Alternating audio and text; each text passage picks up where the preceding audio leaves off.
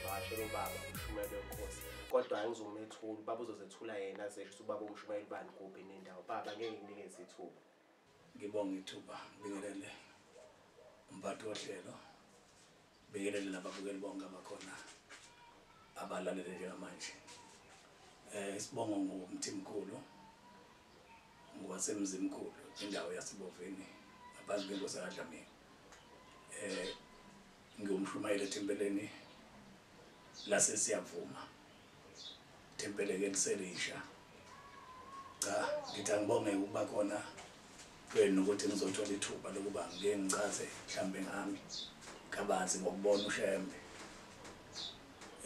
lapha ezweni lakithi eMthimkhulu ekuzalekeni kwethu kwazalwa ingane ngo-1979 igama layo Nkosithandile udume ngokuthi uTrevor wakithi kaMthimkhulu. Ekuzalekeni kwakhe nje wayeseba nesifo afika naso emhlabeni kwakuyisifo sokuwa. Wakhula naso lesifo kwahamba kwathi ngesikhathi lapho eqala khona ukuthi akwazi ukususa inyawo njengengane eseqala ukuhamba kwase kuyamvuka lokufa wase ewa phansi. Emva kwaloko wethuka kakhulu waphindanga wahamba kwaze uhambe semdala sasesingasenalithemba lokuthi usengaphinda. Kwame uhamba wathi ngo-1993 ngathi ngithola uNazaretha eba ngithi wazalwa ngo-1979. 1993 ngathola uNazaretha besiya naye ebuhleni kusukela ngesikhathi senkosi inyanga izulu siya naye ebuhleni nemhlangano yonke sihamba kodwa akaza sizakala. Kuthi ngo-1996 sekuhlezi inyanga inkosi uThixo lenkosazana kwakhona bengumshumayeli ke bengumuntu obeshumayela etimeleni namanje futhi ngisashumayela etimeleni. Kwathi ngelinye ilanga kwakhona umdadewethu esasigibelana isitimela wayesengitshela ukuthi unenkinga uhlushwa umkhwenyana wakhe ekhaya wayesethi uyacela ngimse kuShembe. Ngase ngithi cha kulungile ngizokuza kuShembe. Savumelana ukuthi ngizomamisa ngesonto. Ngangumuntu ngaso isikhathi owayengasebenzi owayeziphiliza ngotatayise. Kwase kuthola ukuthi ngangidayisa ke ngesonto ngoba ngesabatha ngangadayisi. Kwathi ngase kusondela isikhathi sasivumelene ngaso ngase ngicela umfowethu lo uTrevor waziwa ngoTrevor ukuthi cha abe yena ongisizayo angenzele lo msebenzi angihambisele lo dadewethu. Ngokwazi ukuthi simbonile uShembe sambona uNkulunkulu sase siba nendlela ukuthi uma kwenzeka umuntu efuna usizo mhlambe edinga ukuhanjiswa kuShembe asingafuni imali yakhe mhlamba ukuthi angigibelise noma ngithengele ukudla phambili. Yonke leyo nto ngizosenzela mina kuphela nje noma izoba nemali yokunikela ngoba noma kuthiwa kanayo imali yokugibela besikwazi ukwenza lokho simnikeze imali yokugibela abese nabe nemali yokunikela ubeka leyo nkinga yakhe. Thema seyisondela insuku ngase ngicela ukuthi ngicela umfowethu ukuthi uTrevor ukuthi akahambe ngihambisele lo dadewethu ngoba mina ngiyadayisa ukuze sikwazi ukuphila ngoba yeyona ndlela esasiphila ngayo. Wavuma wamhambisa mayezomhambisa ke sengithi mina lalela ke mfowethu ngoba wena uyakhula lesifo sakho sihlala sikuhlupha njalo ngoba awazi wasuka ngisho ekhaya weza la endaweni yaseTanzania ophila sengikhona ezofunda la esikoleni lokuthiwayo la bafunda khona efunda la nezingane nazo ezinye zazo khona umfana wakaZulu wakuthi uSandile wayengumngane wakho omkhulu wakuthi noma ngabe kumvukile lokufa bese athi maye papa manje bebaningi apapa mesebesele babili noSandile emlindile ngoba wayemkhonze kakhulu. Ngase ngiyamtshela ngelinye ilanga akuzovele ke kuzomela uhambe ke wena uye ebuhleni ngamnikeza ke manje imali engango 50 cents ngathi akahambe athi mayefika ephelezela lo dadewethu ngamnikeza imali yokudla nokugibela ngathi uyofika nawe uzibike inkinga yakho phambi kwenkosi. Nangempela wakwenza lo uma esebuya esengitshela ukuthi uhambe kanjani sengiyambuza ukuthi uyitholile inkosi wathi ngiyibonile inkosi kwakuthi ngolenkosazana. Uthi ngithema ngifika phambi kwenkosi yasithi inkosi mangibika isifo sami ethi kusukela namhlanje angeke uphinde ugule. Ngikhuluma ngomuntu ke iloko kwasho uThixo lenkosazana ngo-1996 waphila kusukela leso sikhathi wakhela abantu izindlu wenza izinto eziningi la endaweni yasedazini lokho nje uyaziwa wenza nje yonke into umsebenzi wokwakha sekuya ko-Uppington e-Northern Cape naseGoli kuzo zonke indawo kuyimanje ngikhuluma nje usekhaya eMthimkhulu lapha ekhona uyaqhubeka wakhela abantu wenza nje zonke izinto waphila ngegama noma ngezwi lenkosi uThixo lenkosazana kusukela leso sikhathi kushuthi ke kwaba kumbonga kwami uShembe nokumbona kwami ukuthi cha mkhulu kwakungekona ke kokuqala uShembe ezenze imanga kithi ngo-1994 ngibe nengane igama layo Khulekani futhi ngangiyithole emntwini nje sasingaganene naye ngoba sasisebancane le ngane uThema ngo-1995 yagula iphethwe into esingayazi ukuthi yini ngoba ingane encane yazalwa ngo-1994 ngoJuni le ngane engikhuluma ngayo ngo-1995 inkosi inyanga yezulu yayisekhona yayingasaphumi yayivela phezulu lapha esitezi mase kunikeliwe lapha phansi eparadise bese ikhiphe izwi ithi inkosi inibusise senikelile sahamba ke nonina wayingane sayisa khona yayiphethwe yimi ingane ingadli ihlezi ikhala nje singazi ukuthi ngabe iyiphi inkinga enayo sithema sifika lapho safika sanikela sesinikelile kasathe siyaphuma ayingakabikho amafoni sasakhombisana ngesihlahla ukuthi yabona sizothi masihlukana lebasihlukana la into uzole isihlahla sophinde futhi sificane khona nonina wayo ngoba amasango ahlukene lapha emzini wasemhleni sithema siphuma masifika la mangifika la endaweni lapho sitesihlangana khona esihlahleni nangempela nonina wayo wafika ingane sahamba saye esangweni safisa sakhumbula nje eMnazaretha sengithi ngiyabona isibona ingane siyaphalaza into eyamanzi amnyama angazi mhlambe ngafanisa nani noma necoke cishe icoke ayimnyama ngaleyo ndlela ayeyona lawo manzi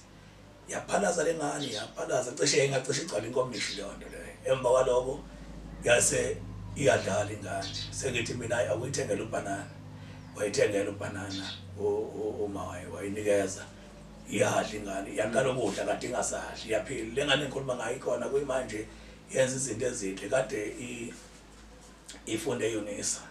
yenze iminyaka emithathu eUNisa yenza teaching yabuya yashiya ngoba umuntu okukhonza kakhulu ukwenza ukuziphilisa kuyimanje ifundisa abantu ngendaba zokutrade nayo yonke into isekhaya ngikhuluma nje igama layo Khulekani ngicela ke ngimeke la baba makhulu amazwi siwabekile kodwa yababa ke khona la ubaleka khona umisile moya qhubeka khuluma mfethu ngikhuluma nawe mina ngikhuluma nawe cha phela phela ngishini qhubeka ngiyarekhoda la qhubeka qhubeka khuluma mfethu ngibona baba kokhomba lapha lo baba okay singaqhubeka ay amakhulu amazwi baba owabekayo kodwa bakhwala ubaleka khona ke la ngifuna ukwazi uShembe ba uyikuphi la kulanda khona ukulanda kuphi uShembe baba uShembe ngilande ebunzimeni obukhulu ngo-19 njengoba ngithi nje ngiphenduke ngo-93 mina uqala kwami ungena emzini wasebuhleni ngene ngoJulayi 1993 kodwa ngaphambi kwako konke lokho ngobaba wahamba emhlabeni ngo-1988 ehamba emhlabeni engishiyana lengane engikhuluma ngayo le ngithi uTrevor le eka-1979 incane mayihambile ubaba emhlabeni ekulaleni kwami ngangineyibonakaliso lapho ngimthola ubaba esendaweni engathi uhlezi endaweni engathi kuyintaba ngathi usegcakeni uphakamisa izandla ukuthi ufuna ukukhishwa yimina kule ndawo akuyona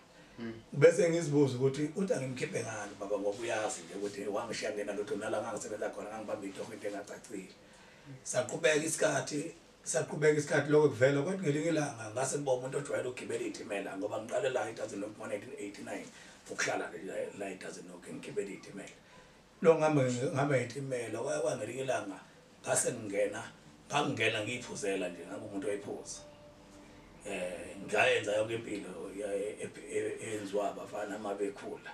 kodwa ngiyambonga uNkulunkulu ngoba angizange ngigcine mhlambe sengijeza kakhulu ngalokho ngoba nami futhi angizange ngenze okukhulu kakhulu kunako kwasho ukuthi washeshe wanginqanda uNkulunkulu ngakafiki indawo kodwa ngelinye ilanga ngisestimeleni ngezwe kushunyelwa manje oshumayelayo manje ngiyambuka ngaqaleke ngiyasasinalento ukuthi umuntu mayekhuluma ngezwi kaNkulunkulu kakhulukazi mayiNazaretha ngoba sasibabukela phansi abantu ababeNazaretha azikade neke ngiyangiphuza naye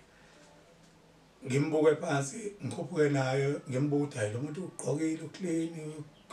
ayinile futhi nesicathulo sakhe sipolishiwe nenwele zakhe ikanyiwe noma enentshebe kodwa ikanyiwe kahle ngase ngiqale ngithi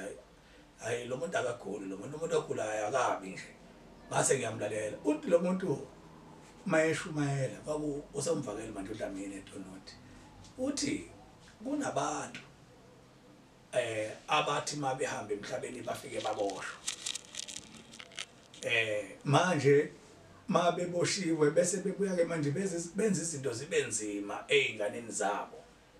ngase ngibona umzima kimi ngoba mina ngangisebenza inyanga embili mazingaba ngambili inyanga kubenta bazintathu siphelele lapha inyanga sekuphelile empilweni ngize ngidayise nje ngoba umsebenzi wongekho abantu beqashwa ngapha nangapha ngingaqashiki ngase ngiyayithanda lento ngase ake ngihambe ngiye nami ePheni ngafika ePheni ngangihamba ngidayisa khona idoni ngangidayisa ipacket don neglycerine nokuthiwa itshela belungu ngama ngidayisa kona ngahamba ngaze ngawufika ePheni mangifika ePheni ngiyonikelela ukuthi kuthengwe lezi zinto lezi engiyidayisayo mina ngiyili kokholwa njengoba babeshumayela ukuthi asisho ntambani yokholwa kodwa ambani niyobona ushembe uyobika usizi lakho wena osozibona into ushembe umba ngahamba la ngempela ngafike nami ngabika ngathi ngiyacela ukuthi uNkulunkulu angikhumbule lezi zinto engiyidayisayo zithengwe ngasikhathi ngiya ePheni ngase nginesitha kunesitha esikhulu enganginaso esaba khona empilweni engangiyiphila ngapha ngoba ngizongena eNazaretha esathi masihlukana nayo lo nsizwa sajikelana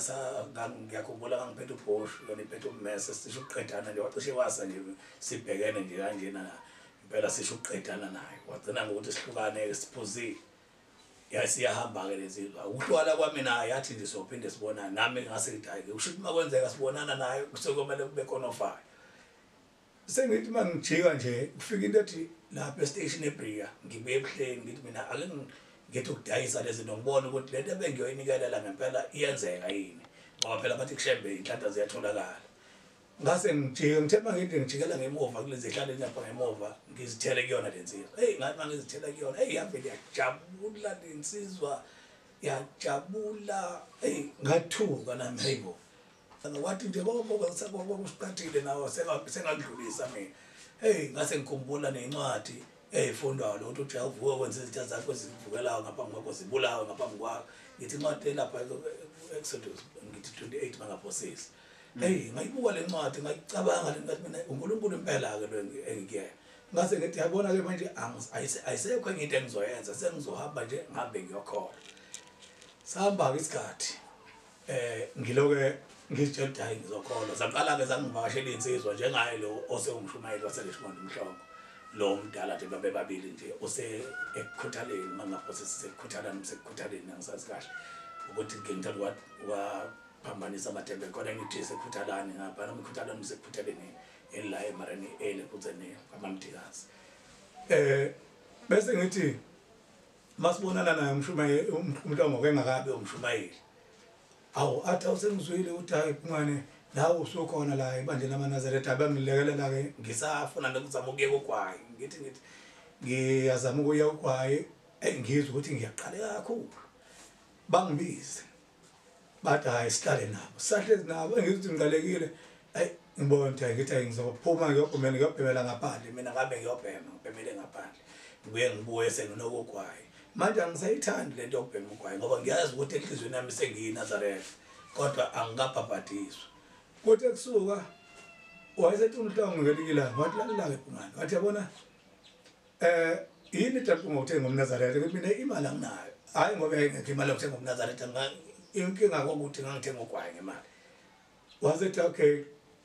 ngizokunikeza wami ngiyakhumbula umNazaretha ngiyaza wona umfishane ungenamkhono engahamba nganawo ngithi ngiyobhabhadiswa ngangisaqashile ngale khona umozila ngaseMatsenseni phezulu kwembobo yaseNtengezi emzini yanqumala wayesethi umhlongo ngizokunikeza wanginikeza lo mNazaretha wakhe ngalala kuyisabatha kuzosabe isonto fanele ngihambe ngiye kophapadiswa ngilala nje nginogwayi ngufake ngaphansi komcamelo ayi ngacabanga ekseni ngizokwenza njani ngizohamba ngishiya ugwayi wami ayi ngathi ayingeke ngeke ukushiya ugwayi wami okungcono ayi angihlehlise usuku ngibone ngelunye usuku sasangishiya isitimela kwafanele ngogibela isitimela sokuqala sasangishiya isitimela kesa singishile isitimela kwafika into ethi yindaba ungahambi ngathi makufika impendulo ukuthi vele nesitimela singishile kodwa amabhasi akhona nje abogela amabhasi yimlo ngiyashona phansi ka Olympic le ngakho kuzana moqa amahande ngezi ngiyogibela amabhasi Olympic ngiyaphika manje ebuhleni mase ngicabanga ngogwayi ukuthi ngizokwenza njani ngathi hayi ugwayi ngiyawushiya la ngawushiya ugwayi ngawushiya ngaphansi komcamelo ngahamba ngaya ebuhleni mangifika la ngiyabona le matafuleni edayisa ugwayi kodwa ngiloko nginalento ukuthi nje ngeke nje ngize ngothenga ugwayi ngiyoze ngubheme loya mawukuthi uyabhemeka ngahamba ke ngawufika ebuhleni ngafike ngabhalisa kwaku 1994 ngoJanuary lapho sengiyobhabhadiswa ngawubhabhadiswa ngathi ngiyobhabhadiswa konke engayiqaphela sase abafana sibancane ngoba ngalowo nyaka cishe ngano 24 years ngithe sasuka ngenyawo ke ebuhleni siya phansi emfuleni umzinyathi sithema sehla kanjalo umfundisi angisamazi umfundisi ubani wangibhabhadisa indlela eshesha ngayo kodwa uyabona kade ubaba omdala lo ngaze ngathi mina hayibo sahlula umuntu omdala kangaka sibancane kangaka ehamba ngokusheshsha kangaka ngase cha kuyaphilwa la masheme kwase kuba khona lo lothando ke sahamba ngathi masifika lapho kwasatshelwa ukuthi ke ngaphambi kokuba ungene emanzini ubhabhadisa uqala uvuma izolo la etimeleni bekufundwa neBhayibheli kuze kuthiwa kukhona incwadi eIsaya eyayithwele ukufundwa kuyindaba ukuthi abahamba abaphembe imlilo emlonyeni yabo bahambe khanyela lezo zihlahla abayiphembayo okuthi ugwayi lo manje mina angivumanga ngisivumanga lesono ngoba ngeke uthi isono kasho sengiqedile sengibhabhathisiwe sengithi mina kwenye insizwe esasibhabhathisiwe naye hayibo uyazi ngikhohlwe ukuvuma isono sikagwayi ngoba ugwayi cha impela kuyimanje ngoshiyile endlini kufanele ngibuyele ngiyobhema manje kuba njani ngithi ngiphuma kobhabhathisa ngiyobhema ugwayi wathi nawo uyabona nje basushilo sokuvumile awu ngaba nani lothemba sahamba sayipheni masifike ebuhleni safika sahlala siphi isikhathi lapha na ke silule kwake kwakusafundiswa ngempela umthetho ukuthi yabona ke mawuyiNazaretha ufanele uyiphathe kanje insizwa methi ikhulile iyaganwa ayihambi ngene emzini abantu ihamba izale singani zabantu ngoba kuyicala elikhulu la kabi lo ongenza ukuthi ngisho nabazali bakho labekhona baboshwe nabakade bengasaboshiwe ngenxa yakho ngamacala akho ngakuthanda lokhu ngayithanda imfundiso yobuNazaretha ngaze ngagcina ke sengithi hayi okay ngabuya ke ngeza ke sengiqedile umleko ngabuyela ke la ngihlala khona mangifika nje endlini ngafika ngahlala mase ngizantsana kombhede njalo senginokusaba ngisaba ugwayi lo obekwe yimina lapho ngosaba lo gwayi kodwa ubekwe yimina kodwa ngiyasaba ukuyabona hayi bese ngithi okay khona ngisizwa kaMashiya sesiqashe nayo bese uyabona ngicabanga ngawo ugwayi engizwe ngishaya uvalo ngithi ngiphumele eminyango ngiqalaza ukuthi ngizobona bani hayi ngibuye hayi ngathi kuyadlula kancane liphela uvalo bese ngicabanga ngalo kade kwenzeka ebuhleni hayi ngizwe nginejabule emoyeni wami nginejabule kuthe kusuka ngaphinde futhi ngibuye ngicabange ngokwayo ngoba lokho khona la elungishaya uvalo kuthe lokho sithathu ngathi mina ngaveka memezela Mashiya ozala ngisaba ngisho ukusondela kona ugwayi wami ngothe ngoyimini phela ngase ngize ngashintshela kuRebel A ngenxa yokuthi ngangingasawufuni ugwayi sengithanda ukuba yiNazaretha manje kodwa ngingakambikeli umnikazi ukuthi ngiyafisa ukuthi angiyekise ugwayi ngafika wafika uMashiya ngathi Mashiya phakamisa lapha bhenge lapha emcamelo wabhenga ngithatha lo ugwayi wathi hawu ngikwenze nje ngathi mina ngikupha wona wathi na hawu usazobuyela ugwayi into besibhema nawe kanje ngeke nje uzohlala isikhathi sithi ungabhema uzobe ubuyela ngathi mina hayi sebuyekile ke manje ugwayi kodwa ngempela kwaqhubeka kwayisikhashana kwaphela inyanga ngabona kuphela inyanga ngingawuqalekela ugwayi ngabona kuphela inyanga kwaphela unyaka ngaqala khona iphutha engangilenza ngesikhathi ngisabhema ngangiphatheka kabi ngiyafisa ukushona kwabanye ababebhema nakwabanye ababhema abasabhema ngoba ngiyazi la khona nabantu abasicelela abangeyona amaNazaretha ukuthi umuntu uma ngabe kwenzeka ebhema ugwayi ebhemela eduze kwakho sengathi ungamcela kahle ukuthi ucela agonduke ngoba uphatha kabi ugwayi ngoba umphatha kabi ugwayi umuntu ongawubhema ugwayi kodwa wena ubhema ugwayi ubuye sengathi nomuntu lo othi ugwayi umphatha kabi sengathi uyadelela kaba mina ngaze ngathi sinqumo ke mase nguyekile ugwayi ngathi mina ngoba manje mina bengingakuboni lokho bengiphatheka kabi okungcono uma ngibona umuntu uyabhema angivele ngisuke eduze kwakhe kube mina ngibalekela umuntu obhemayo ngingamtshela ukuthi akubhengelwe la kube mina ngibalekayo omunye azabona yena uthi ayicala umuntu lo shuthi ngempela kezwani nogwayi ahlala ke emva kwalokho kwase kuvela ke umuzwa kithi ke bungakheki angibuyele lapho umuzwa kithi ubungakheki ngikhule mina kunoRound owodwa kithi la ngizalwa khona eMthimkhulu kungakheki inhlobo umuzwa kithi ubaba uma esedlulile emhlabeni kwaqala kwaqina kakhulu kwemanje kwalikhona ngisho nokuthi ikwazi ukuthola into ezodliwa ke manje empilweni kanti kuvela lecala ukuthi uboshiwe okuthe ngokuhamba isikhathi ke ngiloko ngilalela intshumayelo ngoba mawulalela ibandla loMnazaretha kuhle ukuthi ulalele mawusenkonzweni kufanele uphume uphethe wazi ukuthi yini ngempela oyitholile ungagcini futhi ngokuyithola lento ongabe uzoyenza kini ngase ngiqala ngathi mina okay sengifuna ukwazi ukuthi yini le edala ukuthi ubaba aboshwe ngalendlela ade boshwe ngayo ongahamba ngo5 rand yakhumbula sengipaphathisiwe ngihamba no5 rand ngihamba ngomnikelo ebuhleni ngambona isibonakalisweni ngathi ushayelela uceiling board endlini kangayazi le nto ayishayela uceiling board kusukela lapho ke waqala manje zaloke zincengeke izinto mase ngibuthi manje indaba ukuthi ngizohamba ngiyofuna umsebenzi imuni ngoba manje umsebenzi manje kufanele kube khona okuthile okuphethe esandleni ngase ngithi angifundele security ngafundela security ngo1998 ngaye security ngase ngiyaqashwa ngasebenza ngo1998 wayengasekupheleni kwaze kwathi 99 wathi ngo99 ngasebenzela esibhedlela kuze ne-library elapha in-town ngasebenza ngi-security khona kwakuhle ngasebenza kahle nje manje esikhundleni sokuthi sekuvelileke kwavela ukuthi yini ebidala ukuthi ubaba aboshwe kwavela kwathiwa umuntu ohlale nengane yomuntu kwaze kwaba isikhathi eside engazange ayenze bonkosikazi ngokuphelele lo muntu onjalo uma kwenzeke edlule emhlabeni ufika aboshwe ngase ngithola ke nami ukuthi noba kanje ade boshiwe nje uthi uboshelwe wona lo nto le ngase ngithi okay angizame ukuthi ngiyilungise lento yavela ngempela manje ngilonke ngibona izinto engingenazo nje base ngisebenza nje ama TV ngathi nami ngingathenga iTV nami ngingathenga ifone abantu banamafoni abantu abasebenzayo nami ngithanda ukuthenga zonke lezo zinto kwabe kwahamba isikhathi kwathi ngelinye ilanga waphela umsebenzi lapha kule ndawo ngasebenza kwaphela icontract e-library painter waze kutholakala ukuthi inkampani ithi izosifaka kwezinye indawo okay nayo iyafika le ndaba angikhuluma uma inkampani ingifaka mina yangifaka kwenye indawo ngangehlala eMount Vernon station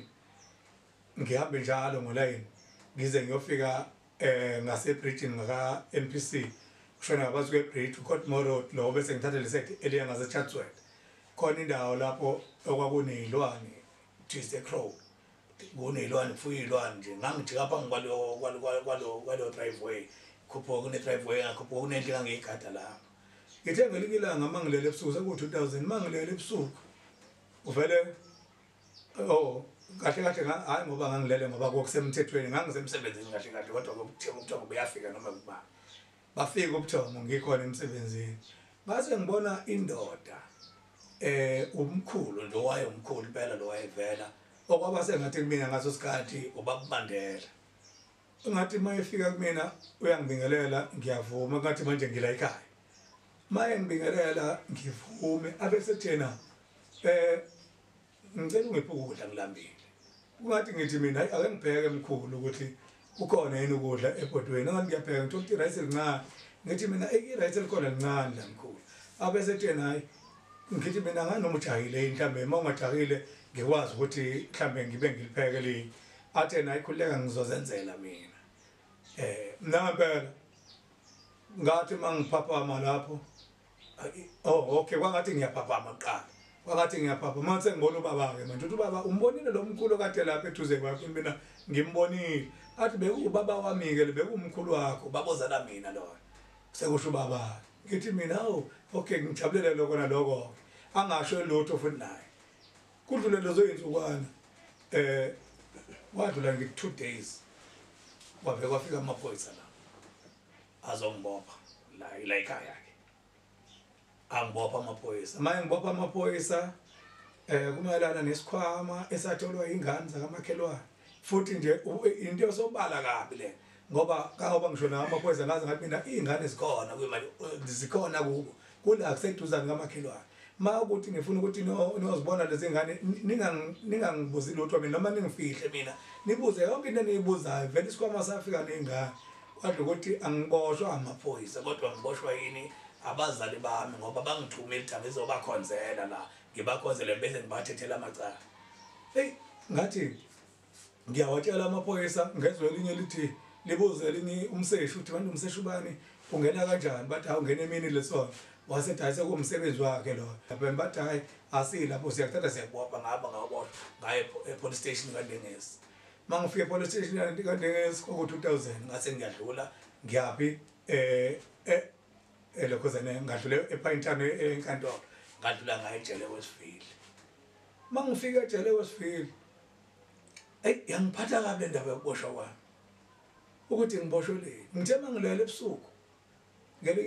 kwakuyisabatha ngoba lapha ejele wesifile uthingo lenkosazana laselilungelile ngaphakathi amaNazaretha asekhona ngaphakathi kushukelwa nje kakhulu ngafika kuyisabatha yathi ngiyinsizwa yakashembe ngesibongo izinsizwa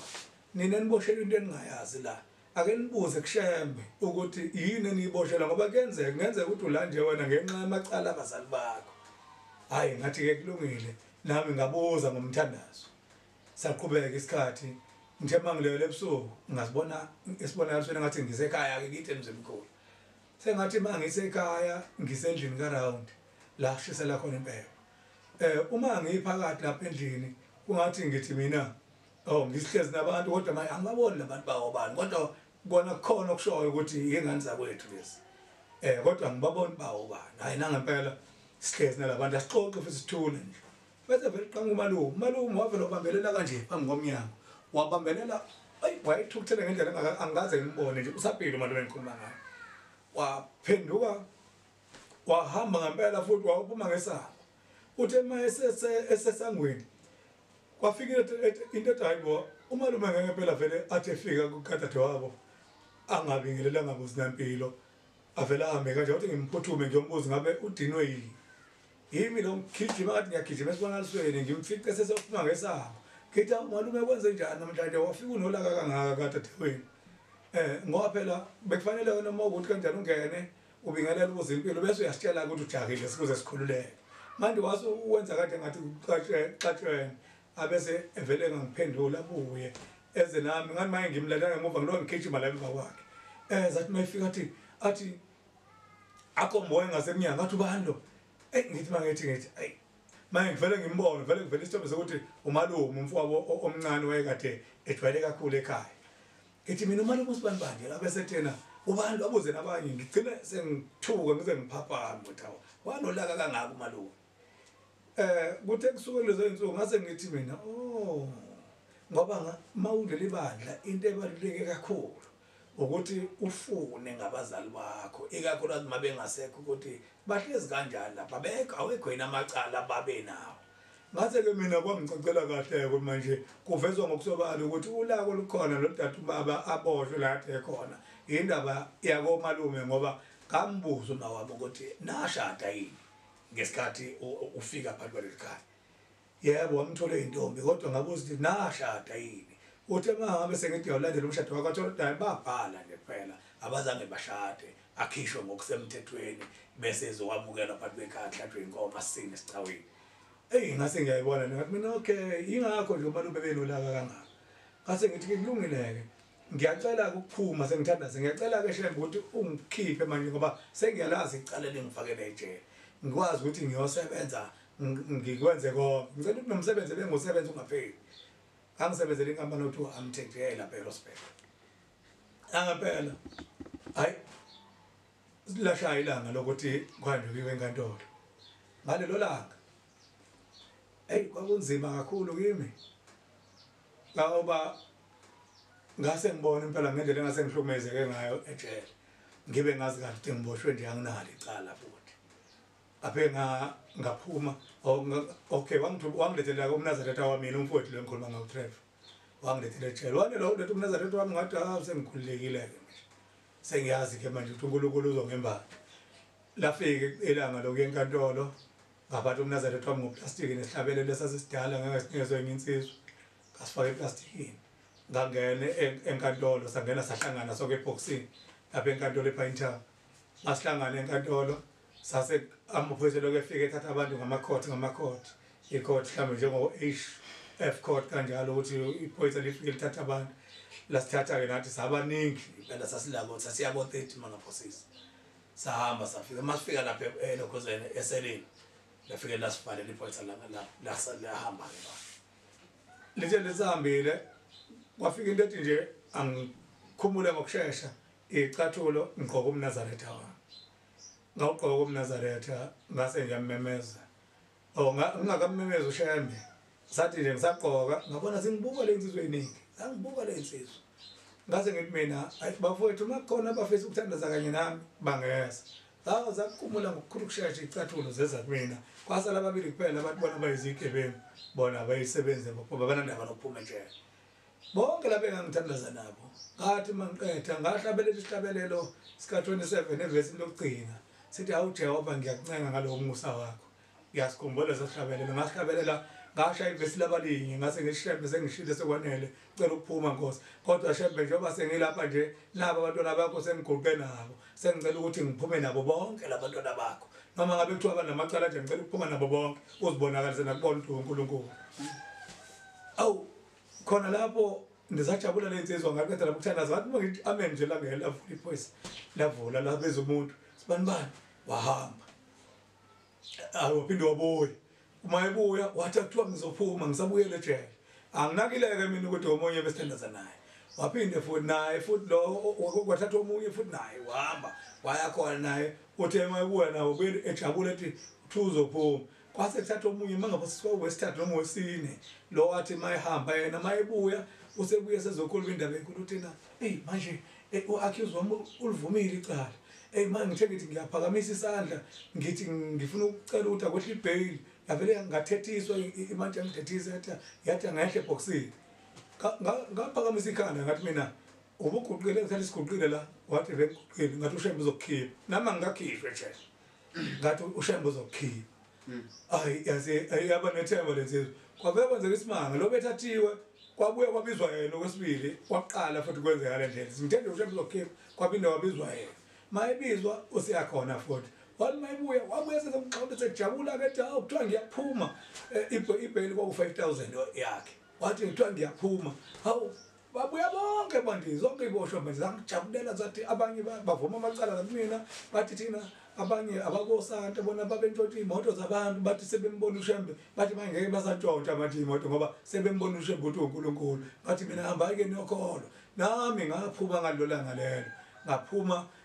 ngathi mangiphuma ngathi ufike ngathi ukuhlala la kadlule izukwana kwafanele ngihambe ngemsebenzini mangifike emsebenzini la ke lathi isikhathi sithi icala lami ngoba semsebenzini ke manje kodwa bona bengayilandeli kahle ukuthi indaba yami ime kanjani ngoba kwaqonda ukuthi kwakade kunesiteleka sama security ngo2000 abanye babeshaya abantu baze baboshwa manje kwakunamacala njalo kodwa kwathi nje ngoMarch base bengithatha sebengibuyisela ke manje emsebenzini bathi ngiyobuyela emsebenzini ngiyafika manje esibhedlela eEdington bathi seyizwakela indaba yami ukuthi mina bengingenacala vele elasemsebenzini futhi kwaba icala nje into ethile yangehlelayo hamba ke ngaya esibhedlela eEdington ngibuthola lonzima ngiyafisa ngathi nomunye nolalele sengathi bengakulalela kahle lokho athi azi ukuthi mayefikela kule nkolo uNazaretha uzokwenzani ngoba silethwe amacala la ngafike ngasebenza esibhedlela eEdington ngoMarch 2001 mangisebenza esibhedlela eEdington ngase ngicabanga ukuthi okay manje nokuNazaretha ngakithi babungakandi ngifuna manje kokugeza isizulwane ekhaya sihlaze sihamba imizi yabantu sigeza izulwane manje sengithi ke manje nami ke kithi kufanele ngikwenze lokho ngithi sengihlanganisa impela ngase ngibala ukuthi okay ngoSeptember ngisazi ngithi umhla kabani September ngizokugeza isizulwane angisayi manje angisakwenzi manje lokho kade ngithe ngizokwenza ngoba ngithe mangiphuma ngathi ngizobashadisa abazali bami manje mase ngiphumile mase ngifuna ukugeza isizukulwane sakithi mhlawumbe ngiyafisa ukucacisa kuleli lawani ukuthi uma umuntu asifani nangezinto ofanele siqale ngazo emakhaya kodwa kubalekile ukuthi ma unomshumayeli usondele kumshumayeli wakho ungaqhamuki utshela umshumayeli wakho ukuthi mshumayeli ngifisa ukugeza isizukulwane ekhaya ngoba umshumayeli akazokuhlupha uma ujone ngosuku oluthile uzobe sebheka ukuthi idayari yakhe imi kanjani abese hambe yogeza isizukulwane kanti mhlawumbe wena uzoshisa impembe angalitholi nethuba lokukubuza konke lokho emva kwalokho zonakele kakhulu izinto zakho mina ngingakasigezi isizukulwane ngisashilo ngidate ukuthi ngoSeptember kwavela kwathi ngomhla ka-29 August 2001 ngaboshwa sengiboshwa ke ngiboshwa futhi sengiboshwa esibhedlela eDenton ngiboshelwa njalo ilitha yobisi engayinikezwa umuntu wayesebenza ngaphakathi futhi wanginika futhi nami ngangathatha ngothi ngentshontshwa ngani into entshotshiwe kwase kuboshwa kwayo mase ngifika lapha eLokhuzeni mangifika lapha ejele ngalala eStoksini enkantolo la khona lapha eThekwini ngalala usuku olulodwa kwathi ngakusasa kwase kuthiwa sizobonana neKuzaneni manje kwakhona abafika bathi ke bakhona abameli la khiphana imali ngayikhipha imali nami ngoba ngenzela ukuthi ngikwazi ukuphuma ke ngebail leyo ngaphuma ngase ngicela ukuthi uNkulunkulu angikhumbule ekutheni ngikwazi ukuthi ngiphume kweza amaNazaretha la ekhaya ngiyakhumbula ethempeleni engangikulona engaphendukela kulona lapha engafica khona lezi insizwa zakamhlawumbe eseRichmond esezabashumayeli nazo manje ethempeleni kwakubizwa ukuthi semansenseni la lingakabizwa ngegama njengoba manje sithi izithanda umusa nje ngathi mangifika khona ngafike ngabika ukuthi ngiyacela nizongenzela umthandazo la ekhaya bese ngiphinde ngaboshwa ngomhla ka-25 ngibuyela enkantolo nangempela bafika bazokwenza umthandazo bathi babenza umthandazo kwazaphenga insizwa khona insizwa akakhanyile sasinayo iyona engayinothisa kakhulu yaphenye kakhulu ngonanga ukuzaleka kwami ngasho ke ngoba uma weNazaretha kubalekile ukuthi uzazi ukuthi umi kanjani manje anjani amacala abazali bakho ungagcini ngokuthi wena ujabulela udwaka abani isibonga akusho lutho lokho kubalekile ukwazi ukuthi kumi kanjani anjani amacala ukuze noma kwenze uthola umsebenzi ukwazi ukubhekana nalawo macala ngoba yona sivimba ukuthi siye empumelelweni yabuza lensizwa ngachaza ngokuzaleka kwami yathi iqeda lapho nabanye basebeshodayo ke makuwukuthi shembe ikona lokho emntanazweni wami mawukuthi ikona lokho Nkosi siyacela ukuthi ukuveze mangekona sicela futhi uvezwe kuyikona kona okudala ukuthi lensizwa yakho ilokhu iboshwa njalo nangempela sahamba insizwa kwadlula insukwana ngase ngabuyela ke emsebenzini ke emva kwezukwana nakhona futhi nakhona sengisebenza u-half day nje sekuthiwa nje ngigcine ukusikhashana ngoba shuthi mina ngibuka njengomuntu ongaselandi ngishawa umsamo wakithi ngalokho ngalo ngisebenza ngelinye ilanga ngilele nalensizwa yakithi lo driver lengikhuluma ngayo uma silele naye endlini ngithi ngimuzwe ngathi yaphupha ngithi mina uphuphana athi naye ngiphupha ngathi la umalume ngathi uqhamuka kule ngindlu ukuthi uzasingathula umonga leyo dala uthi ngathi umalume uqhamuka kule ndlu engalela shela kule impepho uphethe akaphethe lotho uma ophethe imali ophethe amakhandlela amabili umalume uma uphethe imali uyibophe ngedo mase ngathi uyeqa kuma imali ufuna ukumnikeza uyamthuma uthi umali ufowethu abesethi manje umalume uthe mayifika la ufika wanikeza mina ikhandlela elide waphinde futhi wanginikeza elinye elifishane uthi ke ngithe senjalo ngisamukele lo khandlela lelo uthi ngisalindele ukuthi uma uzonginikeza imali ukuthi angithume uthi ngase ngiyabhabhala ngithi mina okay ileli khandlela owathi lamakhandlela athi nikezwe wona bekunikwa mina phela wena uyimi okuthi ngeke ngikwazi ukuthi ngikhanyisele abantu bakithi njengoba fanele esangweni ngibakhanyisela abantu bakithi amakhandlela amase ngibangenisa sengibagezile manje kuveza ukuthi kufanele ngiyozilanda komalume ekuqala izibani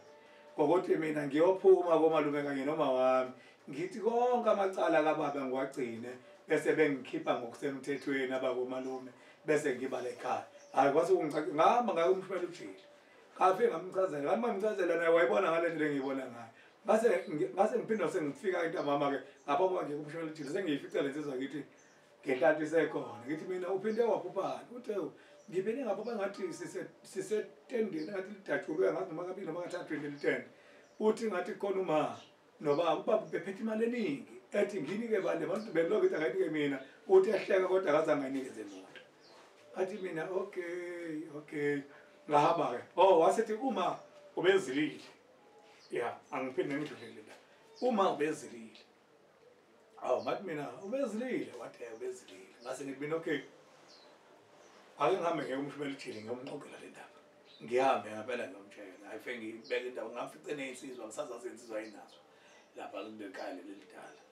ayifike ngimtsheleke ukuthi hayi nasi isibonakalise sesivelile lokhu ngiyakuzwa kahle lokuqala lokhu kwesibili angiqondi kahle ucela ukuthini athi yena uma wakho ngesikhathi eshonile ubaba wakho wenze njani ngathi mina ngayithenga inkomo umshumayeli imbuzi ngamgeza wathi yena kubo-ke wenziwa njani ngathi mina kubo akazange ageza wayesethi yena unkosikazi wabuza ey'nsizweni esasinazo wathi unkosikazi uma eshonelwe yindoda ugezwa kangaki yaphendula enye insizwa yathi ugezwa kabili ugezwa kubo la ezalwa khona aphinde agezwe emzini wakhe lapho eganele khona wasethi ngingakho uma ngakho ebonakele ezilile mhlambe okunye futhi nokudala ukuthi umsebenzi bawuvale ukuthi ungaqhubeki bacabanga ukuthi ubani ozobaphekela ngoba ngesikhathi sebegezwa abantu abadala bengela phakathi kwekhaya bafuna unkosikazi oganile la ekhaya ophelele ozokwazi ukubaphekela ngoba umuntu ongaganile ongakhishiwe kubo akakwazi ukuphekela umndeni ana ngempela ngakuzwa lokho saqhubeka isikhathi nganele nje ngathi mina sengiyavuma ukuthi ngihambe ngiyohlawula icala likababa ngiqhubeke nelobolo hayi kwavele kwavuma imali yaqhamuka ngapha nangapha imali yaqhamuka ngapha nangapha imali yakhumbula ngifike ekhaya sengimtshelile uma kwaku-2002 sengimtshelile umama ukuthi manje ngiyahamba-ke ngiyokulobola manje kathi ngicela uhambe kini ukhuluma isimanga-ke esesitshela sesibuya kubo uthi kwenzeka isimanga ukuthi bengijwayele ukuya mina ekhaya iy'ngane zikabhodi bezingijabulela njengey'ngane ezingaziyo uthi kodwa kuloko kwenzeka isimanga uma ngifika uthi ngithe uma ngifika yakhala yokuqala ingane yakhalela inkukhu ukuthi ayihlatshwe ngoba mina sengifikile yathi akhetha u-anti inkukhu yahlatshwa ukuthi angikakhulumi ukuthi ngizokwenzani uthi yahlatshwa inkukhu ngakithi akalale mina ngizofika ngakusasa nomkhongi sihambe siyozwa ukuthi ubaba wagcina lapho ngelobolo ngikhiphe lokho kufanele ngikhiphe ukuze bashade nobaba nangempela wathi nje ngithe kusuka emva kwaloko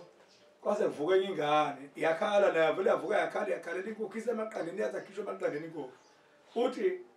kwahlatshwa iy'nkukhu ezimbili uthi sengiyambuza umakoti wakithi ngithi wemakoti uyazi ngizokwenzani la ndiyoba ngizolala nje angishoyo ukuthi ngizokwenzani umalume nomalumekazi wabantu abaphuzayo namanje umalumekazi usaphuza-ke ngathi umalume nje usagula-ke angangikholwa usaphuza ngoba asabona emehlweni usethi-ke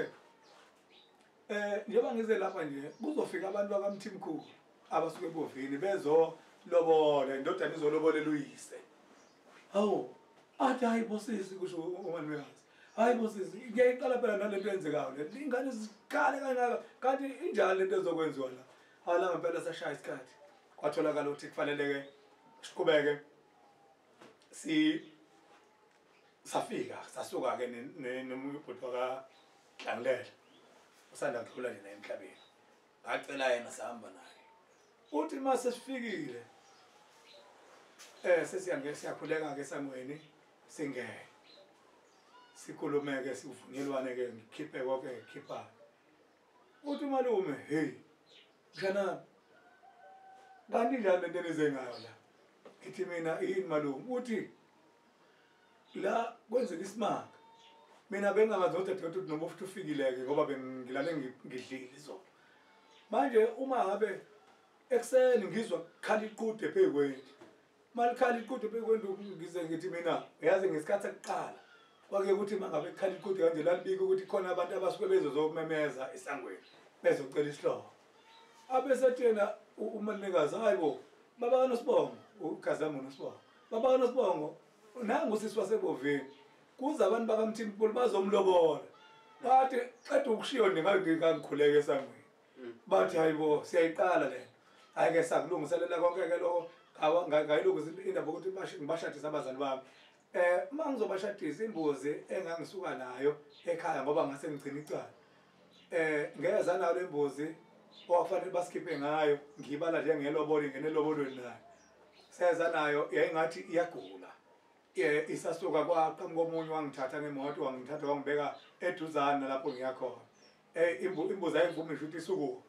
hayi ngathi ke zama ukuyisukumisa sengiphatheke kabi ukuthi kwenze njani lembuzi kodwa sanele safika nje esangweni yavele yaphila imbuzi yavele yasukuma yahamba yazithula zonke lezi ezinye izinto yaqonda ngqo endlini la kushiselwa khona impembe yafika yaqonda emsamo yafika la ngasathi sengiyidedela intambo yafika yalala ngathi mina hayibo babuzana bonke bathi kanti njani into ezokwenziwa ekhaya wasiyaphela lo mshado wakithi umuzi wakithi ngithenge ngongekho kusuka la isikhathi ngibashadisile abazali wami waqala wakheka umuzi mkhulu manje kushuthi ngabashadisa abazali bami ngo-2002 wathi ngo-2003 ngabe sengizama ukuhlanganisela ukuthi ngigeze isizukulwane sakithi ngisingenise ekhaya kwabe sekubalula-ke ngoba ngase ngiphumile komalume ngingasabangwa lokho ngenza ukuthi ngithi ngizama ukwenza okunye uphazamiseke ngasigeza isizukulwane sakithi ngikhulume ngako ukugeza kwesizukulwane ngesikhathi ngizogeza isizukulwane nalokho kubalulekile ubaba wayekade eganiwe nkosikazi wokuqala uThomas Ncube ozincumeke omhlongo ngabe ezweni lakithi kodwa ngesikhathi ekuzogana uma wami umama Ncube wayevele engasekho ekhaya okwenza ukuthi noma ngabe kwenzeka kulesigodwa abakusoqonda ukuthi sensikeni thina sisebomvini kwakutholakala ukuthi noma kukhulunywa kuthiwa khona abantu bakaMthimkhulu ngale endaweni yasensikeni ngoba uMthimkhulu ngeyilapha kithi kuphela nje sibiza ukuthi uMthimkhulu bekhona abanye ababizwa ngohade kodwa noMthimkhulu ethi kuzwakala ukuthi labantu bakaMthimkhulu khona kusisi omdala unomuzi emlazi sisisanele ozalo yena umama waba wokuqala ke ubaba wamzala ngo-1956 uyena umuntu obejwayele ukuba sekhaya ngaso sonke isikhathi sikanye naye sazi ukuthi ukhona umama mdala kodwa manje singakwazi ukusondelana naye ngoba vele kwathi kukhona ukuhlukana phakathi kwakhe nobaba kwambe kwahamba kuthe mase kufanele ngizogeza isizukulwane ngo-2003 ngase ngicabanga njengomuntu obejwayele ukuhamba nabo umshumayeli sihambe siyosebenza emzini abantu esho ethi njengoba nje bezongena abantu bazovela bakhona bazosala ngaphandle komuzi ngumuntu ukuqaphelayo wayezachaza ukuthi abantu abazosala ngaphandle komuzi bangangeni nje isizukulwane singena nje amakhosikazi amanye agana athelwa ngenyongo kodwa ngasigcineni mase kufanele ukuba qhubeke nokuthi umuntu unkosikazi la ekhaya wayeseona wase ehlangana nenye indoda okungeyona esibongo lo muntu onjalo la ngathetha icala lakhe kwaze kwafika insuku zokuhamba kwakhe emhlabeni wayesethi umuntu onjalo angabonakala engaphandle kwesangathi kangenanga nalabo abasuke bengapheli kusiwe eganeni kwabo kwase kufika kimi lo ukuthi njengoba nje nami ngizokwenza umsebenzi ofana nalo omkhulu kangaka kuzosala lokho angabe ngisakushiya ngoba baba wayevele engasekho emhlabeni sengithathela emazweni kaMawamike uma wamuthi ngesikhathi ubaba esedlulile emhlabeni wafika umamkhulu lo mamdala wathi babezana sisi wathi sisi uma kwenzeka bakhona okwenziwayo la ekhaya kaMthimkhulu nami awungazisa kusenesikhathi ukuze kube khona nami noma ngibe khona kube khona nami ngikuphathayo nje okuyisipheko njengoba vele singamakhosikazi endoda eyodwa manje sengixoxela lokho kuba wami sekuyahlala kumina ukuthi ngizokwenza njani ngoba nami ngiyathanda abe khona nje kodwa manje inkinga ngizalwe mina vele engasekho phakathi kwekhaya sekuyigama yokuthi wakaMthimkhulu ngoba ikhanda kaMthimkhulu wathola indawo wathiwa wanikeza uthatha ubuma wakhe indawo umuzi wamupha umuzi wasehlala lapho kodwa ubiza ukuthi kaMthimkhulu kodwa kungewona umuzi wakhiwe ubaba manje ngase ngithi indlela engcono angibuyele kozongenzela umsebenzi ozongiphathela lo msebenzi ngizwe ukuthi iyiphi indlela ngase mhlawumbe ngisize ngayo ngoba ngiyathanda ukuthi siphelele sibe umndeni ngaya ke kubaba umshumayeli uJili ngamchazela ngale nkinga wathi thina ubungani yabona kuzofanele uhambe uyekuyena mama ufike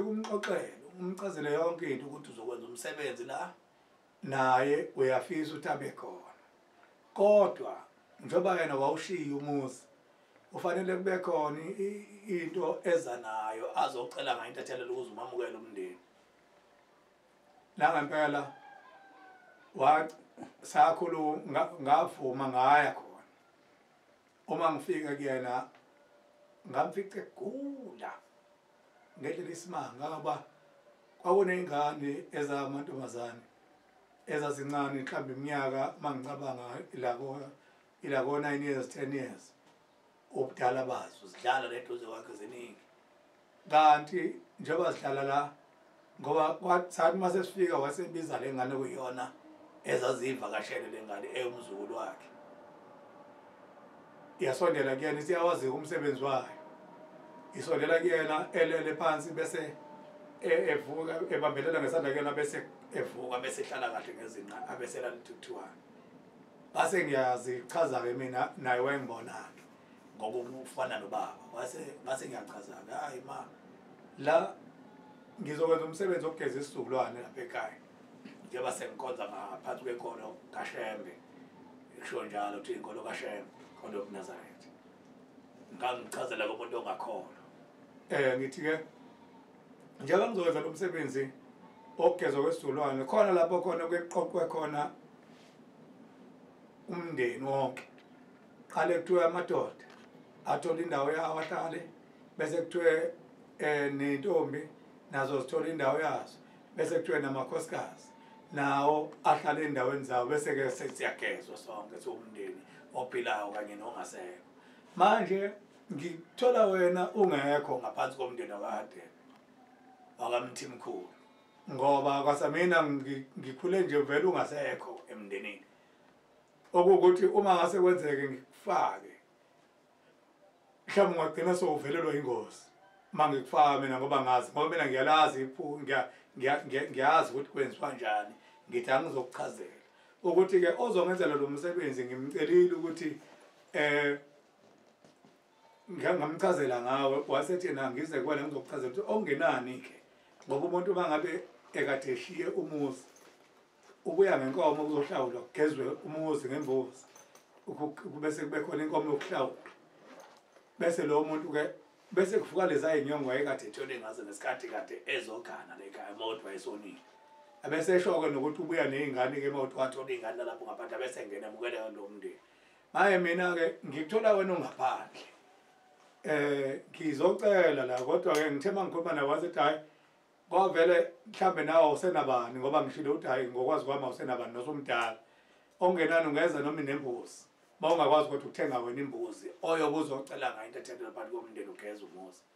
wasethi nawo wabona wakhala umuntu omdala wakhala wathi angazi umthimkhulu kanti washiya indoda ekhaya wathi mntanami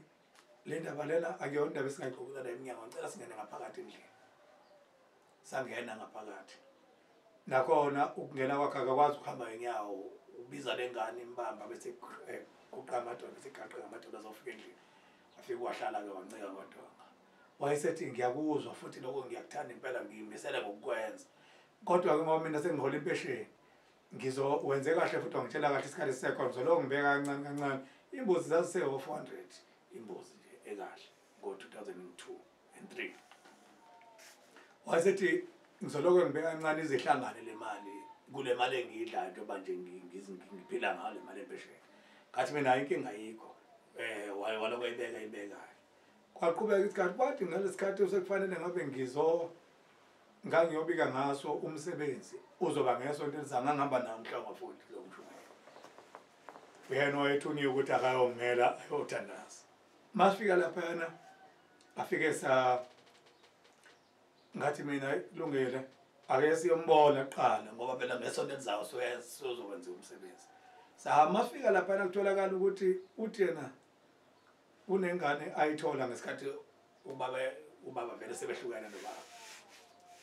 Leyo ngane yomfana yavele yashona kulezo insuku emva kwathi sivumelana ngokuthi uzohlanganisa imali enjeni. Manje usengitshela ukuthi hawu kwanele kwashona leyo ngane umndeni okaNcume wasuthi angithathe nama ngifake emalini yokungcwaba. Manje kwase kuhlephuka le mali ke manje bengithi ngibekele leyo mbuzi le. Wasethi angazi manje ngizokwenza njani. Ngathi mina ikulungile ke angazi kodwa ke sengiyokuya ngesonto elizayo. Kodwa kuyoba khona emcimbini siyobona senze njani. Ngabuyela ke umshumeli ngoba manje ubusukukhulumile lo. Okungenani angabe ebambisa noma ingenkukhu. Sekuyothi mase thola amandla phela futhi ayigcwalise le mbuzi. Kodwa wena awufanele ukumnikeza le mbuzi ngoba uzohlawula vele kimi. Ngase ngithi ake kulungile ke ngavuma. Hayi lasha usuku sabuyela ekhaya. Mafika ekhaya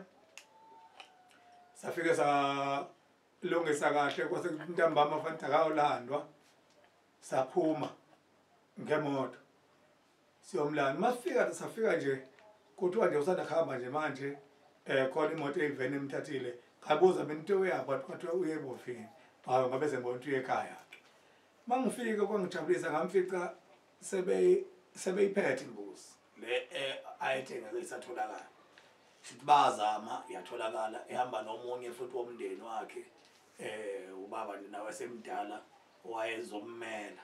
Wasiyaqala kumsebenzi ke ngapha ngokuqala umsebenzi waqala walungiselela indaba ukuthi akheza umuzi wakithi okheza umuzi wacela nethethelelo nami ngamamukela. Ngase ngiqala ke manje sengihlaba imbuzi okugeza abantu abadala abahamba ngengozi ngabane zokubalamula ngaphandle komuzi esekhona. Kwakuhleke lo msebenzi lo wangena. Okokuqala ke ngesikhathi sesifika lapha esibayeni inkomo yahlatshwa futhi kwaba abantu engibathembayo amaNazaretha la asuka la eThekwini ongebona abantu bangakithi mhlambe okwangenza ukuthi ngicine ngizitshela ukuthi mhlambe bangiphambanisele abantu bendawo mhlambe babe nomona. Bathi mabefika kumina inkomo isihlatshiwe ilokhuzana isibindi sasibangilethela isibindi bathi ngisibheke ngasiphendula isibindi inyongo ayikho nhlobo. Hawu ngathi mina hayibo kanjani inyongo ngabe ngase ngiyakongiphathela umsebenzi umfana uJini. Ngathi hayibo inyongo ayikho esibindini. Wasethi nayi nikela uma ukuthi noma ngabe mhlambe kuthiwa le nyongo ithathwe yini mhlawumbe umuntu obeganga ngomnikelo ushembe uzokwenza ukuthi leyo nto abethu uyayenza ingaphumeleli. Ayinganikela ke nami ke kwakungo9 ekseni ngakusasa ngovuka nathi nganikela kulezo izinsuku ngabuya ngeza la eThekwini. Ngithe ngisela eThekwini kusekuhle nje ngaqala nje umuntu wayeshumela etimeleni ngilo mnyaka bengivele ngishumela etimeleni. Kwahamba ngelinye ilanga ngathi mangifika nje esitimeleni ngafike ngashumela isitimela masifika eBerrington masidlula kancane eBerrington umdluli wayengakabe umshumela lesikhathi. Uyena omunye walabo bebephethe isibindi kanye nomshumela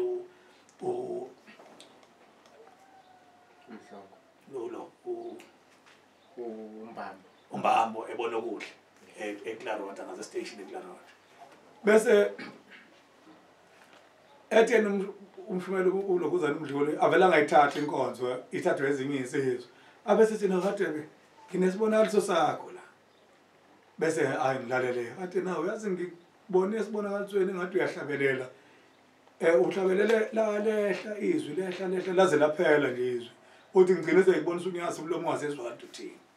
Uthi ke ngibese ngibuza ukuthi engabe konakele iphilitsizwe. Uthi kwase kukhuluma izwi angimbonanga ukuthi ngizwe izwi. Lathi izwi ngibona nje benjena lo wenzwe yithi. Uthi ngathi ngisathi ngizobuza ukuthi ngingobani mina nimenza ngasiphi isizathu. Wasethi lona leli izwi lathi ngesikhathi ehlaba inkomo wayibona inyongo. Wathi umdlule imini impela ngiphethe isibindi yayingekho inyongo hlobo. Wasebuza lo muntu ukuthi ikhona inkomo ephila ngaphandle kwenyongo. Uthi ngase ngicha ayikho. Wasethi ke lalela yafihlwa yithi inyongo. Yafihlwa yithi inyongo. Uthi ngithe ngizathi ngizobuza ngavele ngapha. Yangiphatha kabi le ndaba ngempela ngoba inyongo engekho. izwi lehla ke ngempela ke njengoba deshilo isibona lehla laze laphela izwi ngagcina phela sengathethokala sekunzima njengoba kuzobe manje mina bengihlabelela ngaphela ngihlabele kuze kukhala umuntu esitimeleni kodwa la phela kusuka nazo ikhathi izwi kwambe wahamba kusenjalo ngiyakhumbula khona ubaba esasinaye sihamba ngetimela owaze bambhoboza la emphinjeni nami kwakuthiwa kufanele ngihambe ngiyodokotela ngiyobhotshoza ukuthi ngeke ngize ngiye kobhotshoza mina kulungile ngiyifema ukuthi ngiyafa manje phela izwi liphela ngeke ngize ngihambe ngiyodokotela ngiyobhoboza nangempela ngaphila laloko liyakubuya kancane izwi ngelinye ilanga ngase ngiba nesifiso sokuthi ngithi mina ngeke akubona abantu bakithi oqala laba bathi bafihla inyongo ngeke ngithi ngibenzele umsebenzi bafihla inyongo yenkomo kusho ukuthi khona icala likhona khona lo mndeni ofihlele inyongo ake ngifune acabanga ngoba ngumuntu isikhathi esiningi othanda ukuzinakisisa izinto zakithi ngelinye ilanga ngase ngihamba ngathi ake ngigibele nje ngiye ekhaya ngaya entombini elamana nogogo wami owayekanimkhulu sewashona yena ngafike ngabuza kuyona gogo awungichazele ngodadewenu umshado wabo nomkhulu waba khona uthi wakhona ngangiseyintombi mina ngaso sikhathi uthi mina engangosinela lo mshado ngithi mina waba njani kwakwenziwani lapha awukwahlatshwe inkomo kubo nala kwakuhle kwayinkomo nezimbuzi ngathi mina ukuthi umshado ophelele la ngibe ngicabanga mhlambe babhala athi naye kwashadwa impela ngase ngithi mina pho sengiyafuna ngiyathatha ngiyahlanganisa yini pho le edala ukuthi kube khona umndeni onganelisekile nofihla inyongo uyifihla ngasiphi isizathu inyongo sengithi mase ngikufuna sengithola sengiyalandela sengiyatholakala ukuthi umkhulu wasuka endaweni yaseBhisa ebizwa ngesibongo sasekhaya konini eMancwabeni waya kule ndawo yakithi esesikuyona manje abasi kozodlamini eboveni wathi mayefika khona wafikela ebantwini baseMancwabeni ebabiza ngabazali base beyomkhonzela enkosini wathola inxivo wakhe umuzi mayese wakhile umuzi waseganwa wase ethi ke la ikwaMthimkhulu kodwa kutholakala ukuthi akazange agana uma wakhe kwaMthimkhulu yena usuke ngoba nawe azisibongo sakubo nje wasethi cha mina ngwaMthimkhulu isibongo ngase ngithi okay kusho ukuthi inkingi lapho la ikhona uyena futhi owakha lo muzi lo sikuwona njengoba nje athi ungavuma ukwakheka kanje okay ase ngithi into lengcono kuzofanele ngilungise le ndaba ngathola ke abakwa eMancwabeni lapha afikela khona ngaxhumana nabo ngabatshela ngicela ukuthi ngenze nje wonke umsebenzi ngihlawule ngimlobolele ngoba ngangifisa ukubashadisa ngakwenza lokho kwakuhle mase kufanele ngibashadise kwase kuvela ukuthi cha ugogo wagcina eshade nomlungu washo njalo usisomdala lo ozalwa umama lo masinqo wathi akuthole ukuthi ugogo uMancwabe wagcina eshade nomlungu base ngithi ayikho into engizoyenza kuphela sizohlawula sikeze umuthi sikwenze konke bese sizama ukuthi akhishwe umkhulu eze ngapha esibongeni sakhe ngithe manje ngizokwenza lokho base kutholakala ukuthi ngiyalunga yonke into ngayibona ivuma yonke into sahlawula sakwenza konke kwakuhle ngacela abaseMancwabeni sengibakhezela umuzi ngahlawula ngenza yonke into ngathenga lo muzi ke mase ngothenga kubona ngawuthenga ngo100 ngabanikeza 100 kade ngicela ukuthenga lo muzi uthubele ngapha ngakithi manje kade kwayima qala ngenza umsebenzi ngangizokwenza umsebenzi kakhokho ngibuyisa ukhokho ke manje bangenzela ukhokho umsebenzi waba muhle inyongo yenkomo yatholakala emva kokuba sengifaka ukhokho ke ukhokho ngimfaka nje sengithole umsebenzi ongcono ngoba nje njengoba ngithi kange-security ngo-2013 akudala ngo-2013 ngizothola umsebenzi ongcono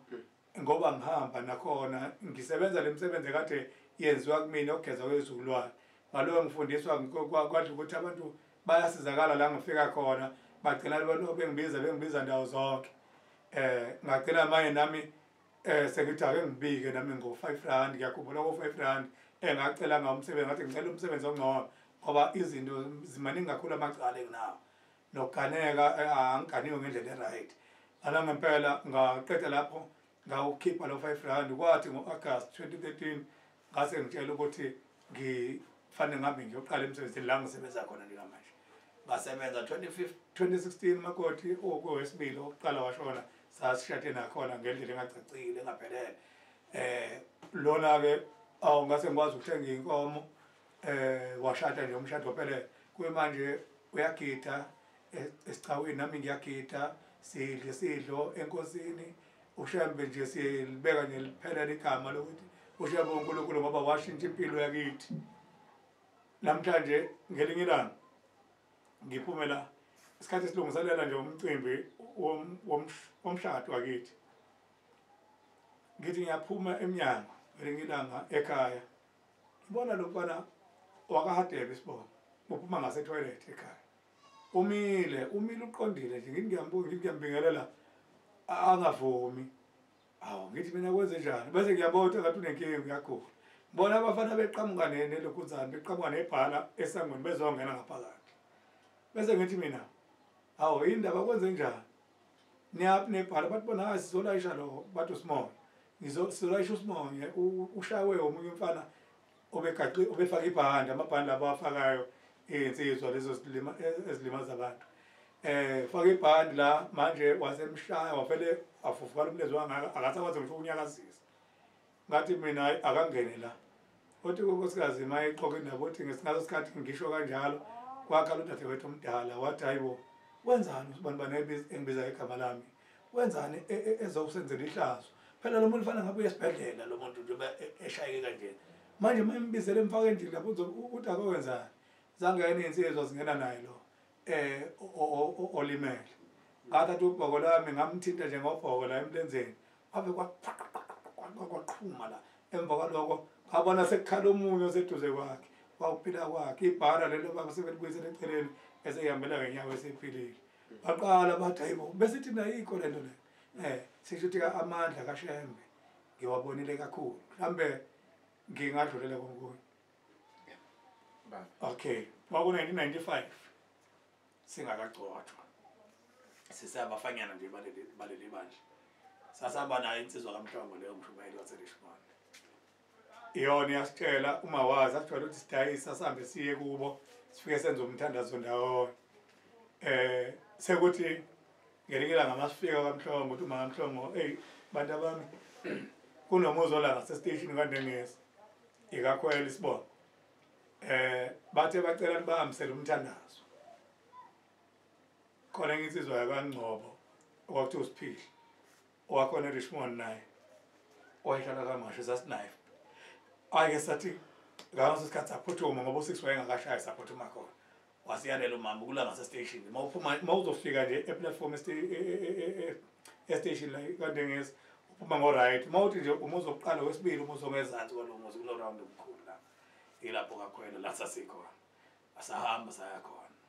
masifika la sangena sikhabelelo sathandaza saqeka lapho sasifunda umthandazo sacela ukuthi simemeze isonto safunda umthandazo wokulala saqeda ukufunda umthandazo sasesithi ababikeke ukuthi bambizelene uNkulunkulu phakathi kwekhaya